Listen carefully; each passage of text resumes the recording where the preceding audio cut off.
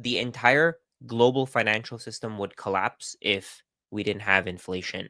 If prices didn't go up, if houses didn't get more expensive each year, if food didn't get more expensive, if cars didn't get more expensive, the entire global financial system would collapse because the entire global financial system relies on debt.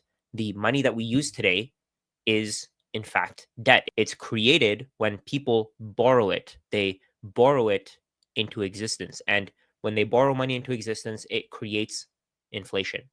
Inflation is a feature of this current financial system and not a bug. And in this video, I want to explain to you what exactly I mean by this. Let's get started. I found this article that was written a while ago, December 2nd, 2016. It says here, rapid money growth supply does not cause inflation. Neither do rapid growth in government debt, declining interest rates, or rapid increases in a central bank's balance sheet. The craziest part here is that most people agree. Most people actually think that this is true. They read something like this. They think that this person who's making this claim is smart. So they must have studied the financial system and they must understand how everything works. And it's too complicated for the average person to understand. That's actually what most economists will tell you. They'll tell you that it's too complicated. The global financial system is way too complicated.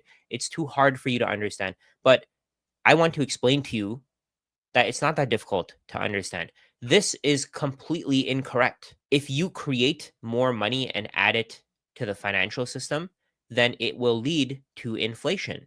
It will lead to the cost of everything rising. I don't care what an economist has to say. If you create more money and you add it to a system, then the price of everything will go up. Let me just show you this from a logical perspective. So put away everything that you learned in school, put away everything that you learned from an economist.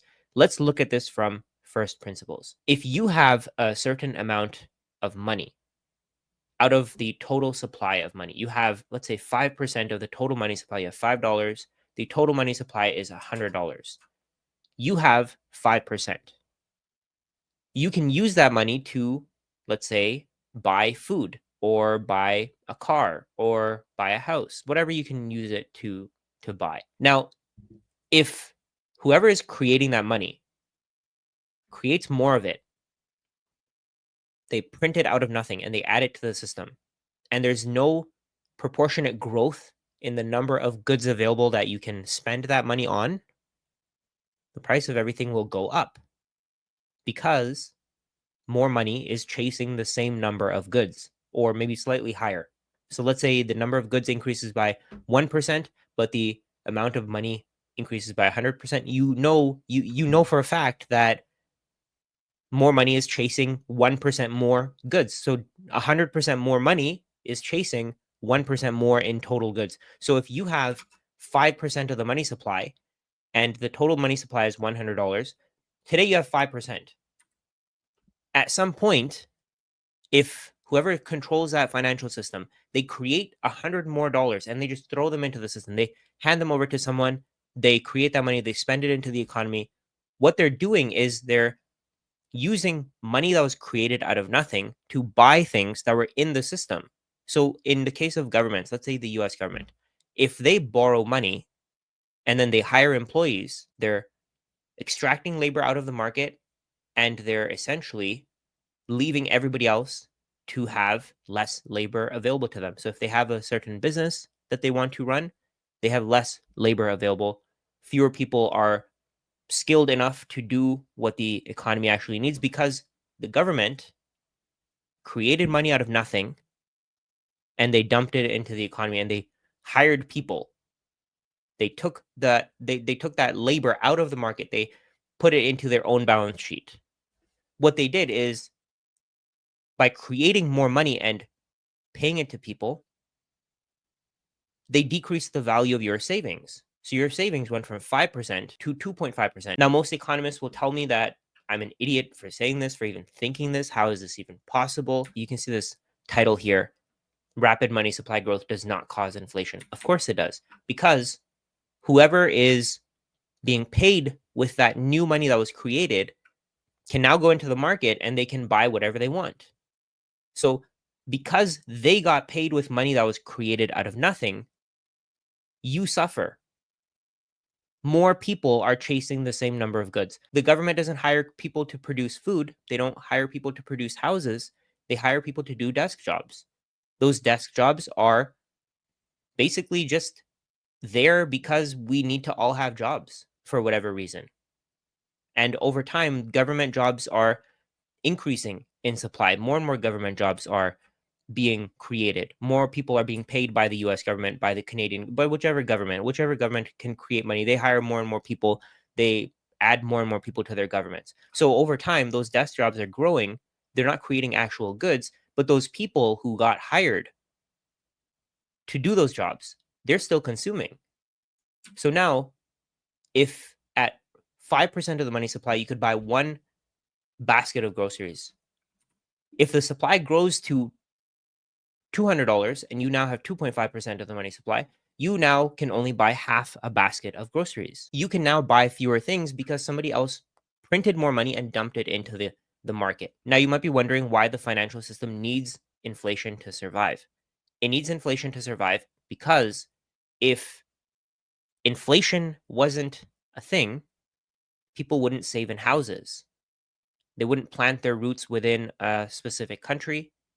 They wouldn't buy a house. They would have no reason to buy a house because if there was no such thing as inflation, the price of housing wouldn't go up. Today, we're fed this narrative that housing is a really great store of value. So people keep buying more houses. They keep taking on debt to buy houses. They're essentially creating more money to buy houses. And that's why house prices keep going up. The entire global financial system is built on houses.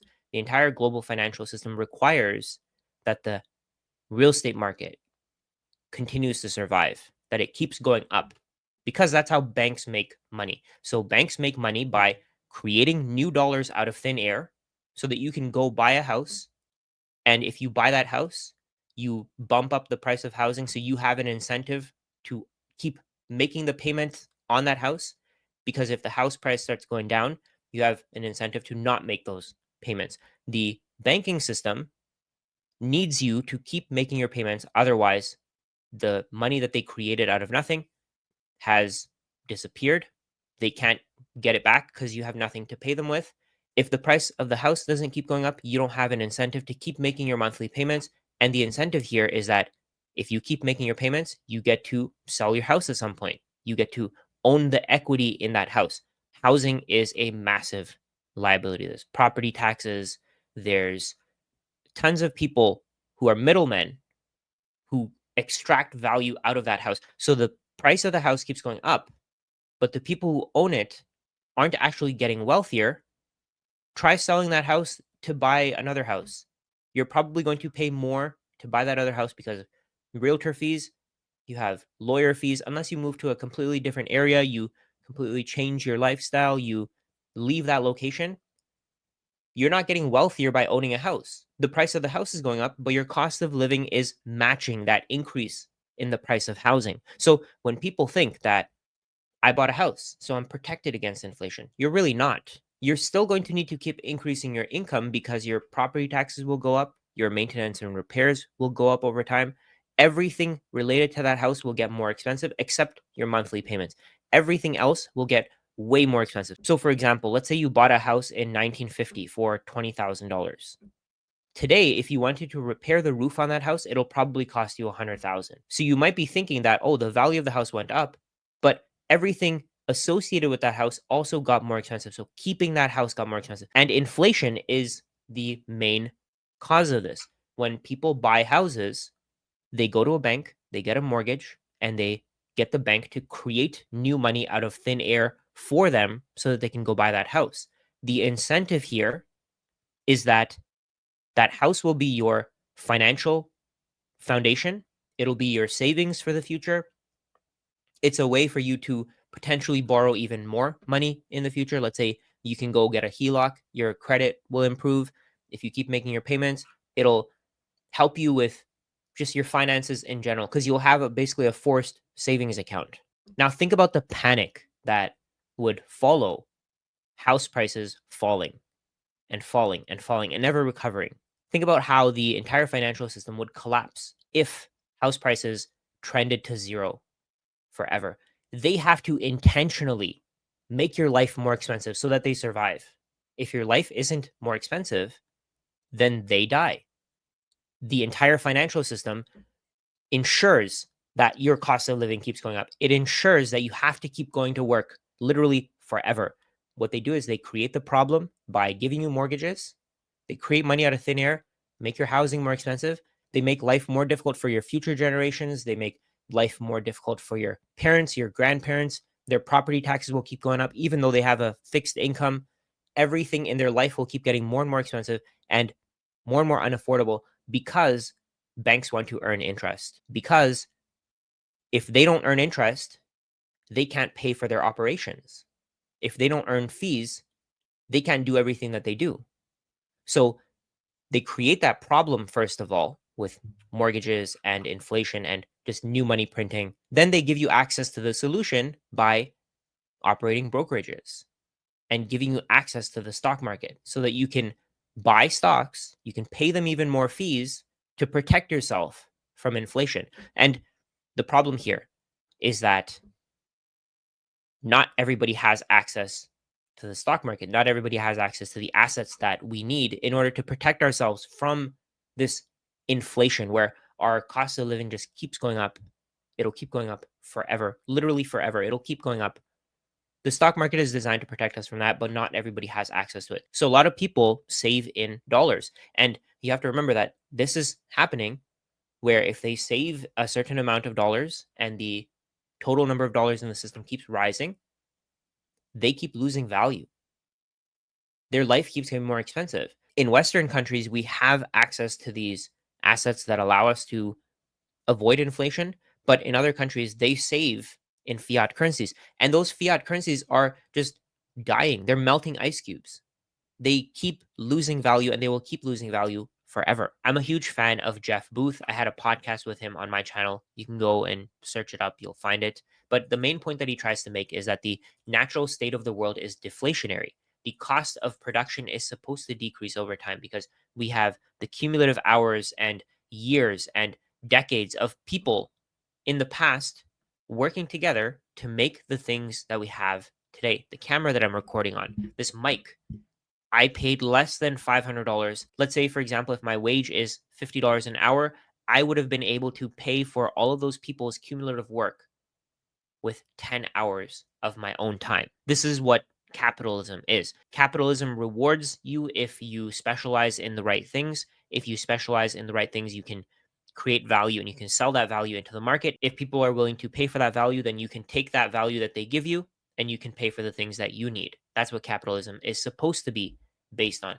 Over time, the cost of production decreases because of competition. So let's say, for example, if I'm creating something of value and I'm making a massive profit, competitors will come into the market and they'll try to take some of my profit. They'll try to take some of the value that I'm creating and they'll try to put it in their own pocket. And over time, more and more competitors come into the market, pushing the price of whatever that product is down to zero. So if there was no company making as high quality of a mic as the one that I'm using here from Shure, then the price of this thing would be way, way higher. I paid $300 for it. If there was no other competition, maybe it'd be $3,000 or $30,000 because the companies that come together, they lead to creative destruction. So all of these companies that competed with Shure, they see this profit that Shure is making and they want to create their own product. They try new things, they lose value, but it all leads to a final product that's much better than what we would have if there was no competition to begin with. If the only company in this race to create this mic was Shure, then maybe this mic would be a lot worse in quality than what it is today because all of these companies that were competing with Shure, they all put in their research and development. They tried new things, they tried different things. The only path that worked, as well as, of course, Shure's did, is the one that Shure took. So if Shure didn't have that opportunity to try doing what they did to create this mic, then maybe we wouldn't have a product like this. But that's what capitalism is supposed to lead to. The cost of production is supposed to decrease over time because you have the cumulative efforts of thousands of people, millions of people trying to make the mistakes that lead to the products and the things that we have today. I can also give you the example of this pencil.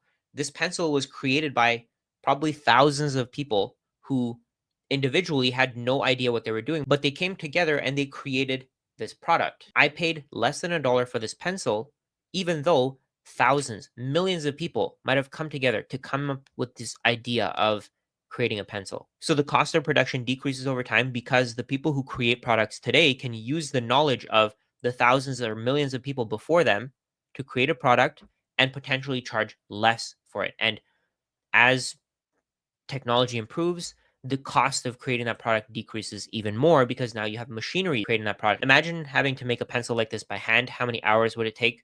But how long does it take for a machine to just be fed whatever the raw materials are and come out with this pencil? And that's what I mean by economies of scale. People make mistakes. They require benefits. They require breaks. They don't work all the time. On the other hand, machines can work 24/7. There are certain things that we can use machines to make. Let's say, for example, you want to dig a hole. You can use a tractor instead of having 10 people work. You can just do it yourself. You could take way less time to dig that hole as well.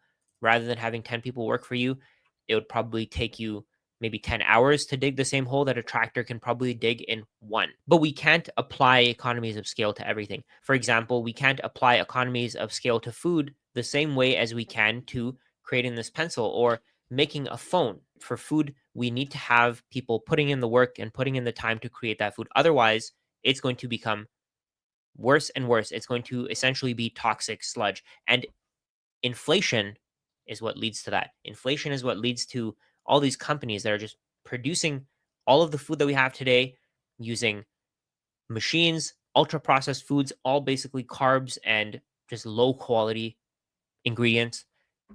That's a result of inflation. That's a result of the cost of production increasing over time, even though it's supposed to decrease. The price of high quality meats has gone up way more than the price of, let's say, crackers, because crackers can be made on an assembly line, while meat takes time and energy and effort to create more of. If the economy was deflationary, you'd see that it would lead to a lower cost of living, more prosperity, your expenses would go down, people would be happier and they would enjoy their lives more. It would become easier and cheaper to produce all of these goods and services that we have because more people are putting in effort to create them. Today, all of that effort is going towards desk jobs. It's going towards the financial system. The financial system, the people who create the problem that we have with inflation, are getting more and more of our labor. The financial services industry is extracting labor from, let's say, the agricultural industry, and fewer people are willing to put the time, effort, and energy required into creating high quality meats, high quality foods. Instead, they're just going to the banks and they're working to create more money. Without inflation, all of these industries would be dead. Economists probably wouldn't have a job. The banking system would probably collapse because they would have no way to make money. People wouldn't need to borrow money from them. Borrowing is the main source of their revenue. They make interest. If we had deflation, we'd probably see a much, much smaller wealth gap. The bankers wouldn't be able to buy everything they want to by borrowing even more money. The wealthy would actually have to consider opportunity costs every time they buy something. Today, they can just go to a bank and they can borrow money against their house. They can buy a Ferrari, a Lamborghini, whatever they really want to, and they can use that money that they created out of thin air. They went to the bank to create out of thin air, and they can use it to buy whatever they want. They never have to think about the actual cost of buying it because the money is so cheap. Because the money is so cheap, everything else gets way more expensive. The goal of the financial system is to make everything more expensive because if everything doesn't get more expensive, then you don't borrow money and they don't make money. They can't extract more value out of the system through interest if they can't create more money out of thin air. This is what Bitcoin fixes, and this is one of the reasons why so many wealthy people don't like it. They want to continue with the current financial system because they know that if we go to a Bitcoin standard, they're actually going to have to give away their assets. Today, they can just hold on to their assets forever. They can borrow dollars against those assets. And that's one of the problems with separating the medium of exchange and store of value functions of money. Because we use one thing as a store of value and we use something else as a medium of exchange, the people who hoard the medium of exchange expecting that it'll store value lose value over time. The wealthy know that the entire financial system is based on people owning as many assets as possible. They know that if they own assets, they're going to get wealthier. They're going to be able to improve their lifestyle. They're going to be able to buy all the things that they want. So they continue to buy assets. And then we have all of these economists who believe that inflation isn't caused by money printing, isn't caused by borrowing. Of course it is. They're going to continue to lie to you because their jobs rely on it. So inflation is not a bug, it's a feature. You might expect that the next presidential candidate is working on your behalf, but they're really not. They probably own rental properties themselves. They want the prices of those rental properties to go up. They want inflation to continue. Don't fall for the traps. Don't fall for all of the gaslighting. You need to understand that the only way out of this is Bitcoin. If you don't own Bitcoin, you're going to suffer forever. You're going to experience the inflation. You're going to see your cost of living going up by 5 to 10% every single year forever. And you're never going to be able to catch up if you just keep working your job and saving money in a bank account. Bitcoin is so much deeper than most people think, and that's exactly why I made the Bitcoin Explained community. In this community, we have weekly live sessions where you can ask any questions that you have. I will be there. I'll have other people there to answer questions. It's become more of a community now. We have conversations. People are asking whatever they want to, but then they also have their own time where they can tell their own stories and how they got into Bitcoin. Every weekly live session is recorded and in the classroom, so you can go back and you can watch every single weekly live session since 2024 when Bitcoin was something like $50,000-$60,000. If you're still new to Bitcoin, I think this course is key. It'll help you to accelerate your understanding of Bitcoin by months or even years. The personal finance basics and the personal finance full courses are also key, even if you do understand Bitcoin, because what they'll do is they'll help you make better money decisions that allow you to buy more Bitcoin with your income. We also have the Bitcoin Purchase and Storage Masterclass where you learn how to purchase Bitcoin. You learn the difference between KYC versus non KYC Bitcoin, how to store your Bitcoin securely, and you, of course, learn UTXO management. Along with all of this exclusive content, we also have the community section where you can look through old posts. You can start discussions with people. You can ask questions and other people can answer them.